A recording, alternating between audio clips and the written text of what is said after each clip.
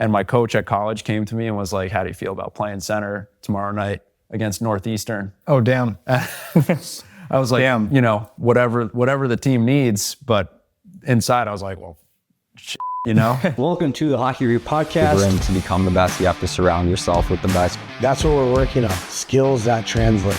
Wait, so it's like a parade? Yeah, it was a parade. No way, that like a parade. Pretty chaotic start for sure, but that was junior hockey for me.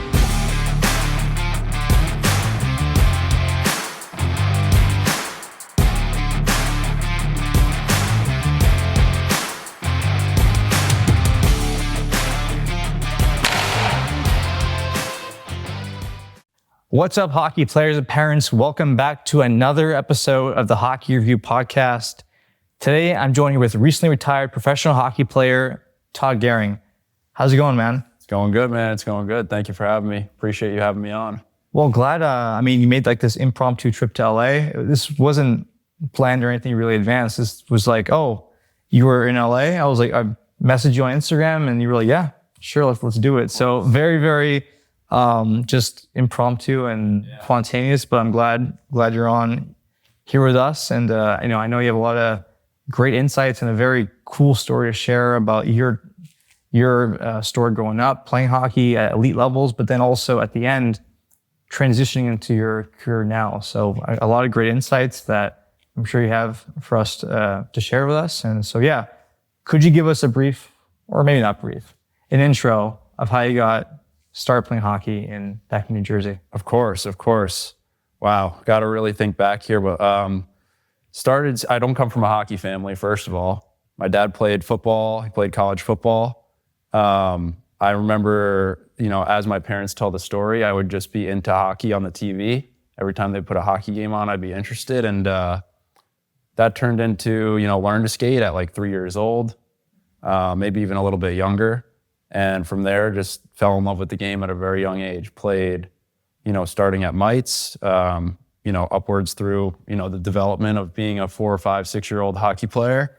And, very quickly decided that that's what I was going to do. That was going to be my main sport and what I love. So, yeah, chased that, ever since. Did you, did you say you also play other sports too, alongside hockey that you sort of took seriously? Or? Yeah, I played baseball. Not as high level as hockey, but I was good at baseball. I was like the stud little league pitcher.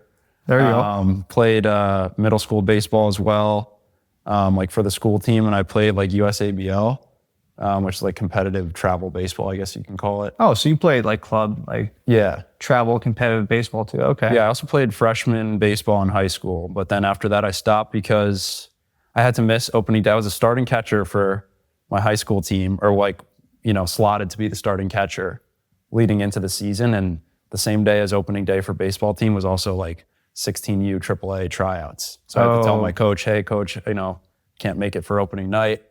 And I saw myself on the bench for the rest of that baseball season after that. So that's when I ultimately decided, hockey's, I got to go, I'm all in on hockey. I knew this for a long time, but that's when I decided to stop playing baseball competitively. Got it. Okay.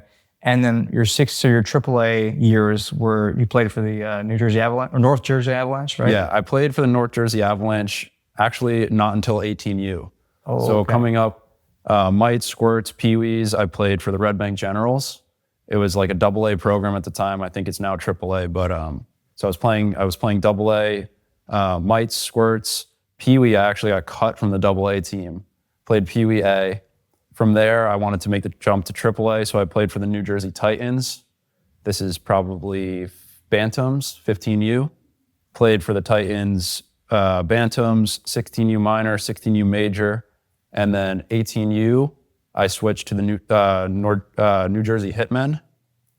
Played 1 year there, and then finished out 18U with the North Jersey Avalanche. Got it. So pretty much your whole, 15 to 16 to 18U time was all in New Jersey. Yes. New Jersey AAA with those clubs. Yes. Because I know a lot of families here, at least on the West Coast, a lot of kids move out. They play AAA or prep school somewhere else, but it looks like in New Jersey, there's a good enough system, you would say, that keeps kids within. Yeah. There's a lot of programs in New Jersey too. A lot of reputable programs. But yeah, definitely, like there's those kids that will, do what you just said and go elsewhere. wherever it may be, a lot of Massachusetts and Connecticut, prep schools, things like this. But yeah, New Jersey has a great ecosystem of high-level programs, so you don't got to go too far. That's great. And then when did you start getting looks from USHL teams? Was it your 16U season, your 18U season? What was kind of, you started getting looks from the scouts? You know, it's interesting to think back on this stuff and reflect on it. I would say from the USHL, I didn't really, even consider that an option until 16U, maybe the year before, so maybe 15 Bantams or whatever. I know some people play 15U. I think I was like Bantam minor, Bantam major, and then into 16s. But once I got into 16s, you start, hearing those conversations and understanding, the levels of juniors, and that's where I kind of obviously, I was an ambitious player. I wanted to play at the highest level. I wanted to play Tier 1 juniors. So that's when I started as a player, researching and trying to figure out how I could get into the USHL. I think from my 16U seasons, I was like invited to the USHL Combine, went there, played okay, put up some points, didn't really have an opportunity to play in the USHL immediately. And everybody that I trusted, as mentors in the hockey space were telling me, yo, go play 18s, develop, and then you'll be able to play in the USHL at some point. So that's what I did. But I started having those conversations and playing in combines and going to camps at 16. I don't remember if it was 16 or 17. I think it might have been 17. I went to Dubuque's camp, just like as an undrafted free agent. Played decent there, put up a goal or two in camp, but got cut from the team and went back to play 18s. And from there, finished my 18U career, minor and major.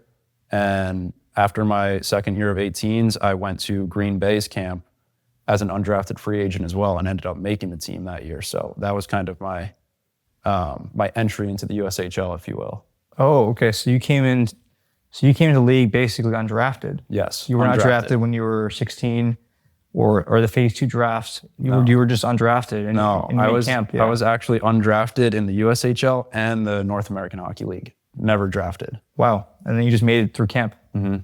That's a story that I'm sure a lot of kids can, it's inspiring because, most kids will go undrafted, right? And it's about how you set yourself apart in camp, right? For sure. I'm sure you prepped for those camps. Oh yeah. Big time, right? Yeah. Before you got into them and stepped in, right? Yeah. Training on the ice, mentally prepping for them, understanding the underdog dynamic of, being an undrafted player and how slim the percent chance is that you're going to make the team. And it's really funny that we're sitting here having this convo right now because I'm talking to a player that I mentor who's going through this process and telling him the same kind of things. He's undrafted. He put up a lot of points in 16s and he's going to a camp. And I'm like, bro, you just got to find a way to stand out. Be selfish, demand the puck, hold on to it an extra second, take risks. And, what's meant to happen will happen. But that's really what it boils down to. Like I know in Green Bay's camp, I just was on a mission, man. I trained so hard that summer leading up to camp and went in there the strongest I ever was physically, the most confident I've ever been on the ice. And it translated into the camp, man. I put up a lot of points. There was a lot of great players in that camp too. A couple guys who are in the NHL now. And I was able to put a really good camp together and impress the staff and ultimately earn a spot on the team. That's amazing, man. That's the kind of stuff that, kids need to hear. And it's not just like a lot of kids go into these camps thinking that, this is something I'll do in the summer and try to get my name out there. Like, no, it's like, you got to treat it like it's the season still. Yeah. Like you're still training like 24/7, working out. You got to be still, on top of things because this is, they want to see your best. Of course. And adversity is like, an interesting thing for players. A lot of these players go through it, myself included. Like after all that story I just told and making the team, going through, training at the beginning of training camp and all of that, there's like something called the Pittsburgh Classic or the Fall Classic in the USHL, which is like a 3 to 4 game showcase where every team goes. And I ended up actually being cut from Green Bay after the Fall Classic. So I went through all of that, earned a spot on the team after the Fall Classic, was cut from the team. So then I had to, figure out what was next. I was tendered with the St. Louis Blues. Null? Like Null? Yeah. Or Springfield. Springfield Blues. Yeah, St. Springfield Louis Blues. Yeah, You know what I mean? I had to think about it for Yeah. a second because I know these Null teams change. But Springfield Blues. Springfield Blues, yeah. Yes, I was tendered with them, and I reported to them at the Minnesota Null showcase after In being Blaine, yeah. yes, after being cut from the USHL, and played a couple games there, and then ended up requesting a trade to New Jersey because I just wanted to be home at that point. I was, going through it a little bit. Ended up going back to New Jersey and playing that season in the Null there, where after Christmas time, I was actually called up back to the USHL for a different organization. I got called up to play at the Chicago Steel, who were having a breakout year. This is actually the first year, I don't know if it's the first year, but it was the first year in a long time that the Chicago Steel won the Clark Cup.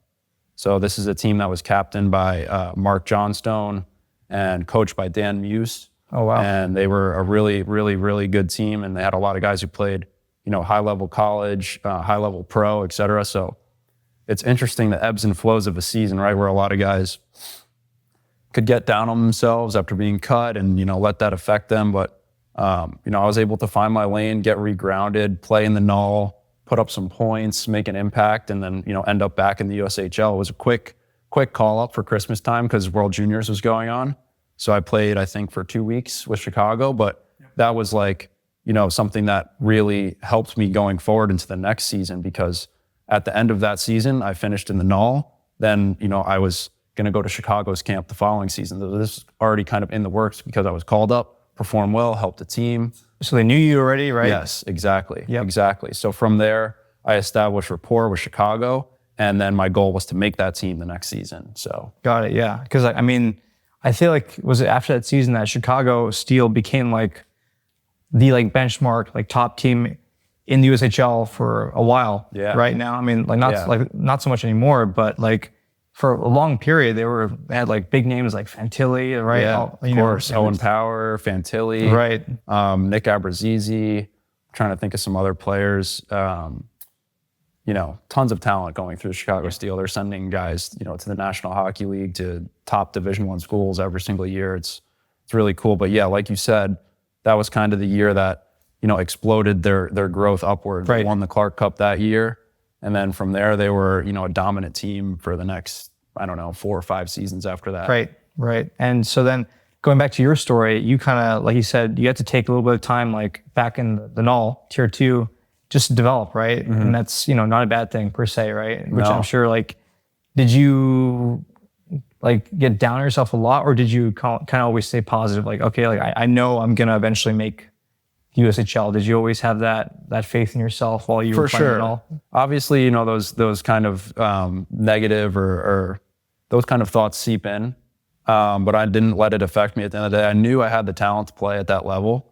I was always kind of this underdog kind of player, and I knew that about myself. And then, my parents did a really good job of, kind of explaining this dynamic to me and helping me understand it and attack my lane. But, I was never a superstar player. I was always the guy that was really had to work to earn my spot.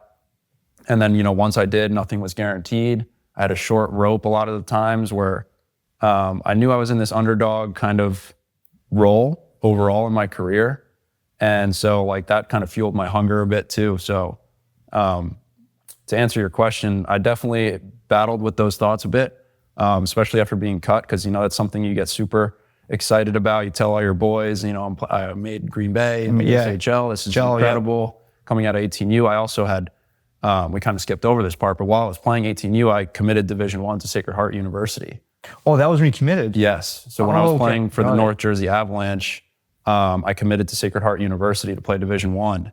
From there, went into the USHL with Green Bay, made the team, cut after the Fall Classic. Now I'm in the North American League as a committed player. So it was this whirlwind of events where... Got it, yeah. Yeah, definitely a lot to juggle. Right. As far as the mental side of it, understanding the dynamics of, I just committed Division I. Why doesn't this USHL team want me to play for them? Exactly, I have a great yeah. camp. They're not going to give me a chance. And I have to go in the North American League, play Tier 2. I'm one of 2 Division I players on my team now. As opposed to the USHL, it's every guy is D1. Pretty much, yeah. Pretty much, yeah. So it was a lot to juggle, but at the end of the day, I just showed up every day, put the work in, believed in myself, and that's, I think, what led me to success. Yeah, because I'm sure it's very hard to kind of like wrap your head around. Like, yeah, I'm a D1 commit. Like, why aren't these teams like, so why isn't it working out, right? Right. But it just shows that just because you're committed D1 out of 18U or 16U does not guarantee any spot on a junior team. Yeah, right. No, definitely not. And it's like you said, it doesn't guarantee you anything, and it's interesting dynamic to try and digest, especially as the player. But yeah, no, nothing is guaranteed. And at the end of the day, I was just having this conversation with the guy I was talking to earlier, the kid I was talking about before, but I was just having this conversation with him. It was like, he ended up being told by a coach, you're not good enough to make this team. And I was sharing similar stories with him where, just because one coach or one person decides that you're not good enough for an opportunity, like, that doesn't mean anything. No, yeah. Ultimately, what it boils down to is your belief in self and how much energy and hard work you're going to put in. And that's what's going to allow you to create the next opportunity and ultimately take advantage of it and be prepared for it. So yeah, it makes sense. So now fast forward to, this is your second year junior or your age out year of junior that you made the Chicago Steel finally. This is my age out year of junior. Your age out year, okay. Yes, played. I know there's a lot of teams and movement going on here. It's kind of confusing. But yes, played 18U for the North Jersey Avalanche, committed to Sacred Heart, made Green Bay out of camp, undrafted free agent, got cut off after the Fall Classic, played in the NAHL up until Christmas, called up to the Chicago Steel, played 2 weeks there, finished that season in the NAHL.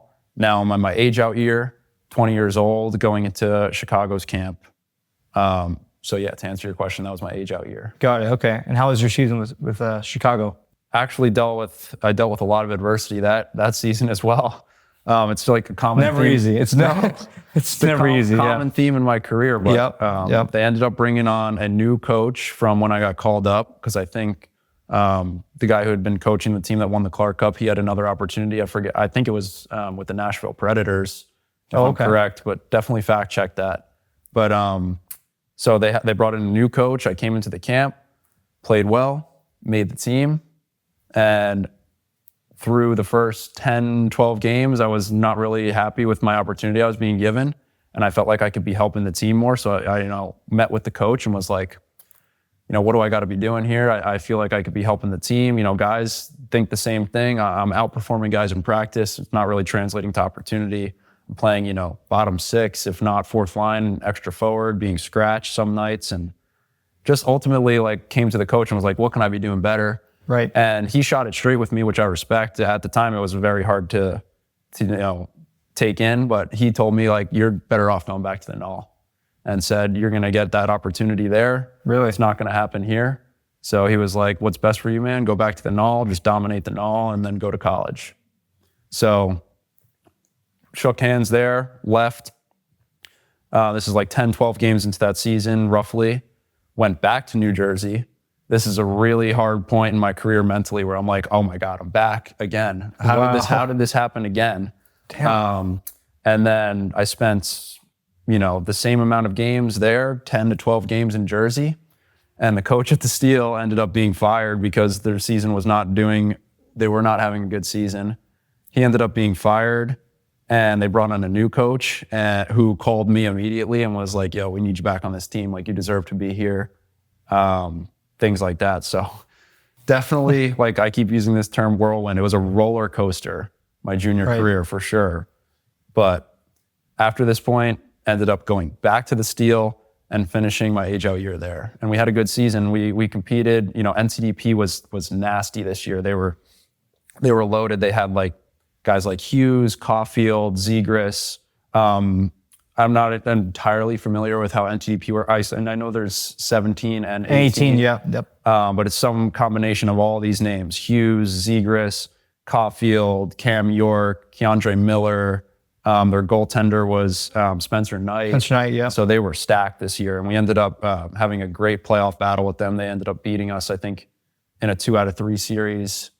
So yeah, we had a good season. It was a huge development year for me personally, and that was, a good way to cap off my junior career and head into college. Yeah, because well, it just shows the coach that's on your team, that's coaching your team, has a lot to do with like how much you play or where you play. Oh, without a doubt. Right? It's relative Yeah. to what the coach's strategy is, right? 100%. And sometimes like that coach's, diagnosis of you as a player, it's not accurate. Yeah. And, it's person to person basis. You don't know, what they're looking for or who's in their ear, telling them what they need to be looking for in a player. There's unlimited dynamics that go on. A lot you can't control. Yeah. A lot of it is out of your control. And that's, I think, something that a lot of players will struggle with, is trying to make sense of these things that you can't really make sense of. They're completely out of your control. So I think that's what allowed me to power through this time. And all these times I'm speaking on is just, self-belief, getting on the ice every day, proving to myself day after day, I am the player that I think I am and I know I can be. And, just attacking every opportunity with an open mind and continuing to push through adversity and being stronger than the adversity. Is all these themes kind of were what allowed me to power through this time in juniors and get to college. Yeah. So definitely huge roller coaster. That's to say the least about your junior career. To say the least. Yeah. Yeah. And so now over to college. What was that transition like? Now to Sacred Heart, D1 in the Atlantic Conference. What was that change like? Now jump into the Division I level. It's a jump for sure. From the USHL to college it's definitely a jump. Everything gets a little bit tighter. There's less time and space. The skill is a little bit, increased. The speed is increased. The goaltending is a little bit better. Obviously, as you climb up all these ladders, of hockey, like all these things rise with it, So transitioning from junior to college was definitely a little bit of a shell shock factor. I remember I came into Sacred Heart and I was a winger my whole career. I was a center when I was really young, but I switched to wing. I just like getting the puck on the wall on the breakout. I could play either side. I don't know, something about being on the wing I just liked better. But you don't mind getting hit sometimes, like those breakouts? No, you don't mind that? Definitely not. It's part of the game. For me, it's like, I'm not a big guy. It's tough, like taking those those hits on the breakout. Yeah. So I play center a lot. Okay. I think I'm more free flowing. Don't have to worry about getting killed on the walls. Yeah. I kind of come in support. Yeah, I hear you. I wasn't really the best at draws. And okay. And I don't know. I'd take the hit to make the play. Yeah. Kind of guy. So yeah, I ended up, playing wing most of my career. But when I got to college, interestingly enough, so I worked so hard to get to college. There's a huge opportunity. And I trained the entire preseason as a winger. And there was an injury or something of the sorts leading into our first game. And my coach at college came to me and was like, how do you feel about playing center tomorrow night against Northeastern? Oh, damn. I was like, damn. Whatever the team needs. But inside I was like, well, shit, I'm not sure if I can curse on here. It's all good. But I was oh my gosh, man. Yeah. This is, whatever the team needs. But I remember getting out there, playing a new position that I hadn't played in a very long time. Obviously, I'm adaptive. I know the game. My hockey IQ is there. But being my first game at a new level and then having to maintain this position and think the game a certain way, I also had a day, if that, to notice, right? Get into the mindset of okay, I'm a center tonight. I'm not a wing. Playing against a Northeastern team that was elite. I don't remember exactly where they ranked that year, but they're pretty good. Yeah. Damn. So that was crazy. That was part of the transition, but definitely something that I was out there spinning around whoa, where do I go? Yeah. No, I get it. Sometimes that's what sometimes the coach will ask. Hey, can you play D? Mm-hmm. Even that just it happens sometimes, and you gotta be you probably know the game enough and to handle it, So, but now, so your freshman year, I'm sure there was some learning curves to it, right? For sure. The D1 game.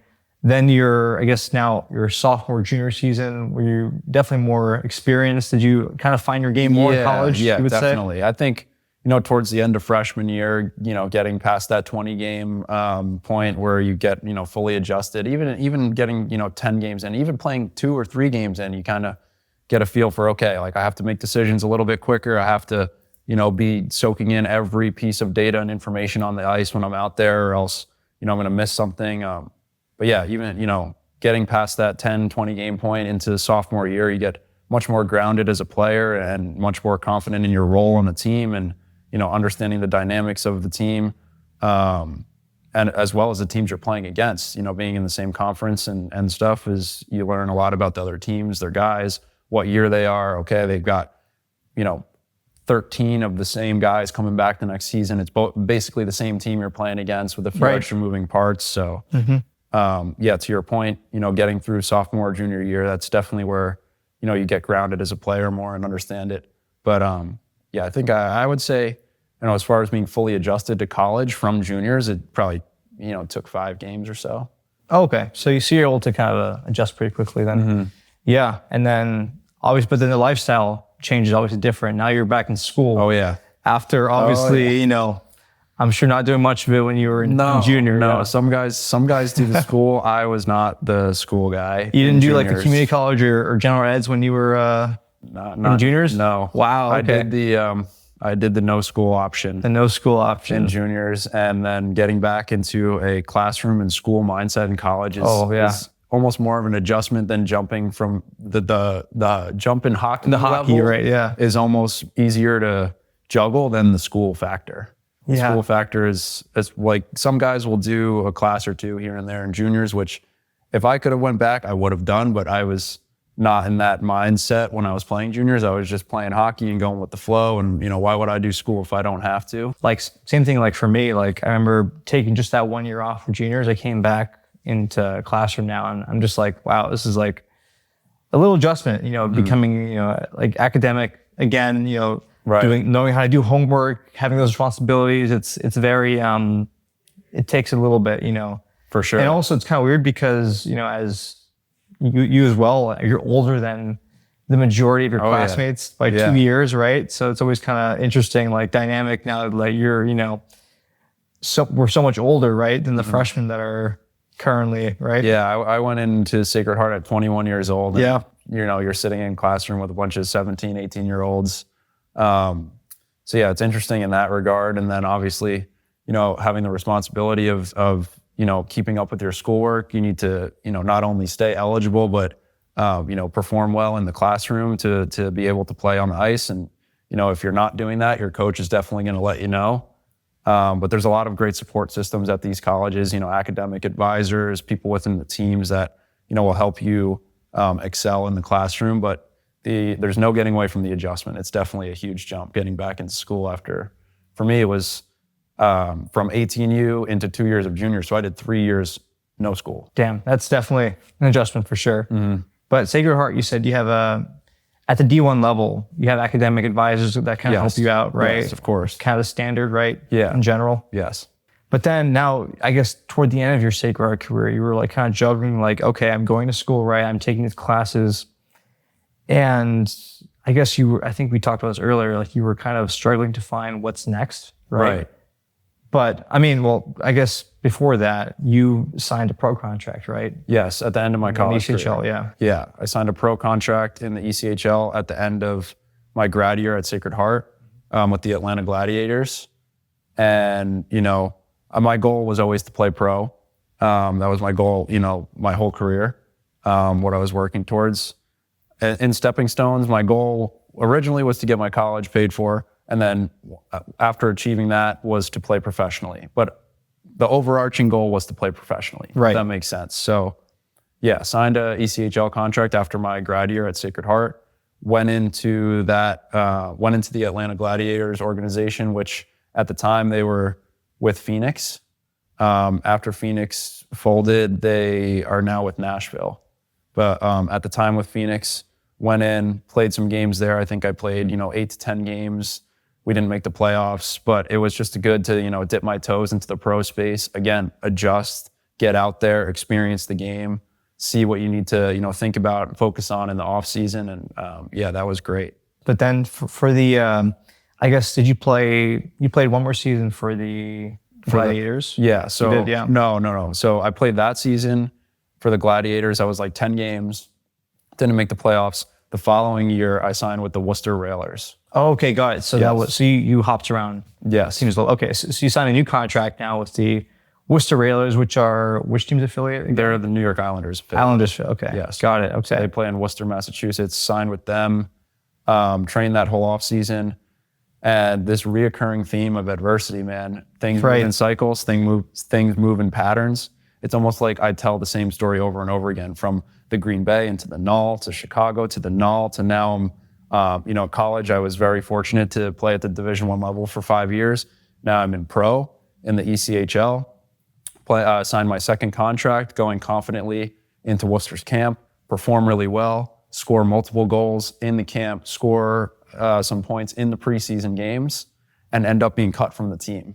Oh, you were cut again? Cut again. Oh my God. Cut again from the Railers Wow. after signing a contract with them in the summer. So I signed in July, and goes back to the theme you're saying of nothing's guaranteed and you really need to work for things and all these dynamics we've spoken on. So I signed in July with the Railers, trained that off season, went into camp confident as can be. Like I just said, performed well, end up getting cut from the team.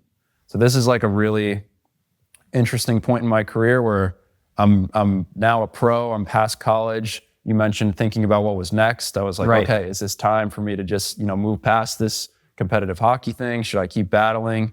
And ultimately, like through some reflection and stuff, I just, swallowed my pride. I went and played in the Southern Professional Hockey League with the SPHL with the Fayetteville Marksmen. I played, I think 10 games, 11 games with them. And just like Chicago, Worcester calls me one morning and says, hey man, we made a mistake. Like a broken record. Oh my God. Hey man, we made a mistake. We shouldn't have cut you. We need you to come up and play. And this is actually crazy, the dynamics of pro hockey. I had a 3-3 in the SP with Fayetteville in North Carolina, which 3-3 means 3 games in 3 days. Mm-hmm. Played Friday night, went to morning skate Saturday, skated, got off the ice, missed calls from Worcester. This is a Saturday morning. So, answer those calls. We need you to come, go meet with the coaches in Fayetteville, tell them what's going on. They already know too. They've spoken to them while, I'm getting undressed and stuff. And they're like, yeah, we're playing tonight at 7:00. You're in the lineup. So I'm in North Carolina after morning skate. You got to go from, Yep. Pack my bags in North Carolina, pack up my apartment in North Carolina, fly to Worcester, drop my bags right to the rink for warm-ups. Wow. Crazy. That is crazy. Mm-hmm. That's a crazy story. Yeah, so I ended up finishing that season in Worcester, playing, the better half of that full season. And it was great. Damn. So this story, it looks like it is really recurring for you. Mm-hmm. A team will cut you.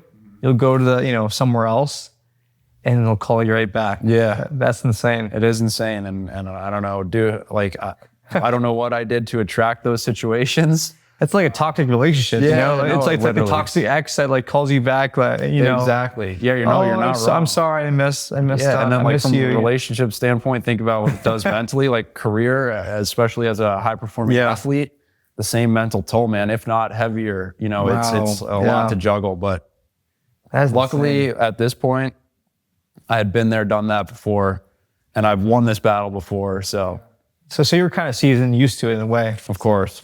That's really cool though, that you're able to go through it again, but this time obviously more mature and doing it better. But now onto the next point in your life now is thinking like, okay, how far am I going to go with this? I'm sure you were thinking that in your mind, right? As far as hockey is concerned, and then so I guess what kind of led you to have those thoughts and then ultimately decide to now pursue something else? Yeah, for sure. I was getting older. I'm a 97, so I was playing professionally at 26, turning 27 years old.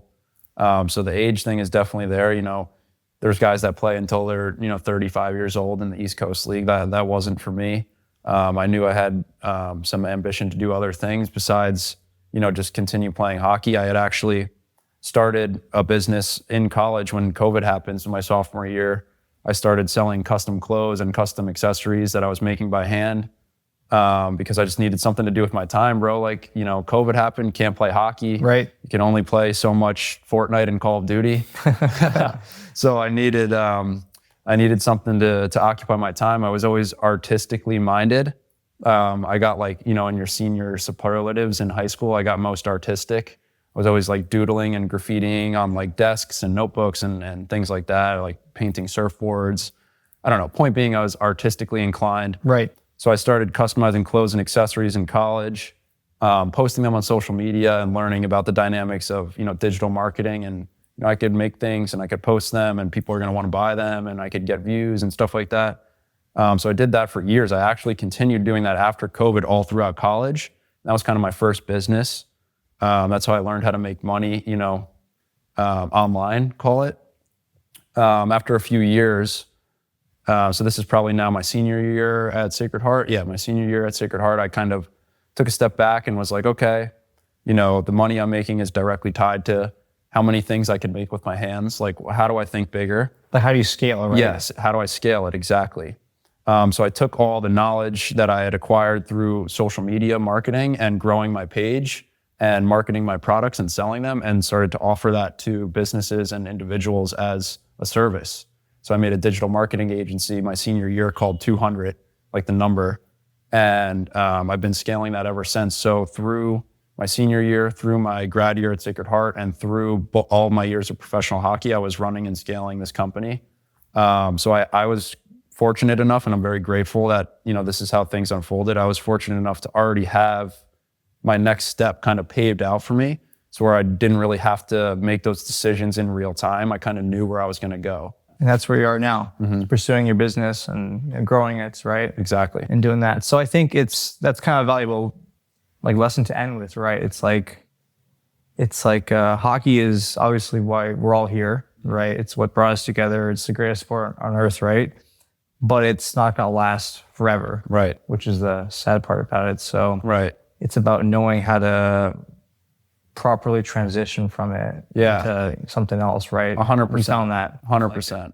And I think that's something a lot of guys struggle with, but like, you can't be one dimensional because like you said, it ends for everybody. It doesn't matter, if you're Connor McDavid or if you're, a club hockey player in college or anywhere in between, like it ends for everybody. Everybody's going to have to move past their competitive hockey career and, having an understanding of that and an understanding of where you potentially want to go afterwards is very important and something that, guys should not ignore or push away, which I think a lot of guys do.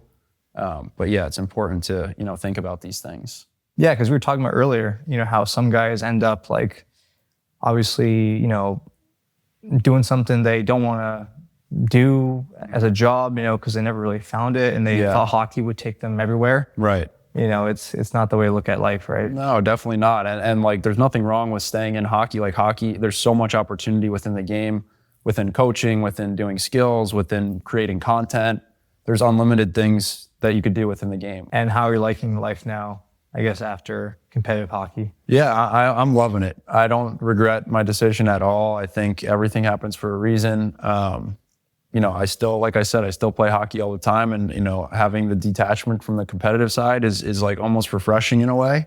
I could just go out and have fun every time I step on the ice. But, I definitely do miss it at times and still think about, what if I were to go back or anything like that. But again, no regrets. Loving life now, doing a lot of traveling, experiencing things from a different angle, working with hockey people, collaborating with hockey people, and just kind of inserting myself back into the hockey world with, these new pieces of value that I can add and different ways I think I could help people that I know are positioned, whether it's coaches, players, creators, anything like that. But yeah, loving it so far. Well, great, man. Thank you for your time, your advice, your stories. I mean, definitely a lot to learn from, especially a player like yourself who played at the Tier 1 junior level, at the D1 level, at the pro level, a lot to learn from. And I'm sure a lot of people watching here or listening in can take your stories and kind of relate to them and apply like, okay, like, for example, a coach cuts me, right? Doesn't mean I won't be back, right? I guess, in that league, It could be for a different team or that team. Yeah, it's almost better if it's for a different team because then you can play against them, score a couple goals. You can exactly kind of prove them wrong, right? Exactly. So yeah, just because a coach cuts you or something like doesn't mean you won't play there ever again. Right. You got to find just a new way, a new path, right? I think that's kind of one of the biggest things here, I would say. And also your story now of transitioning from, hockey to your professional career. That's also a very big theme that a lot of players that are listening in that maybe are toward the end of their career, they got to think about like, what's next for me? And I think you're a very good example of that. So Yeah, appreciate that. thank you, man. Yeah, thank you. Appreciate you having me.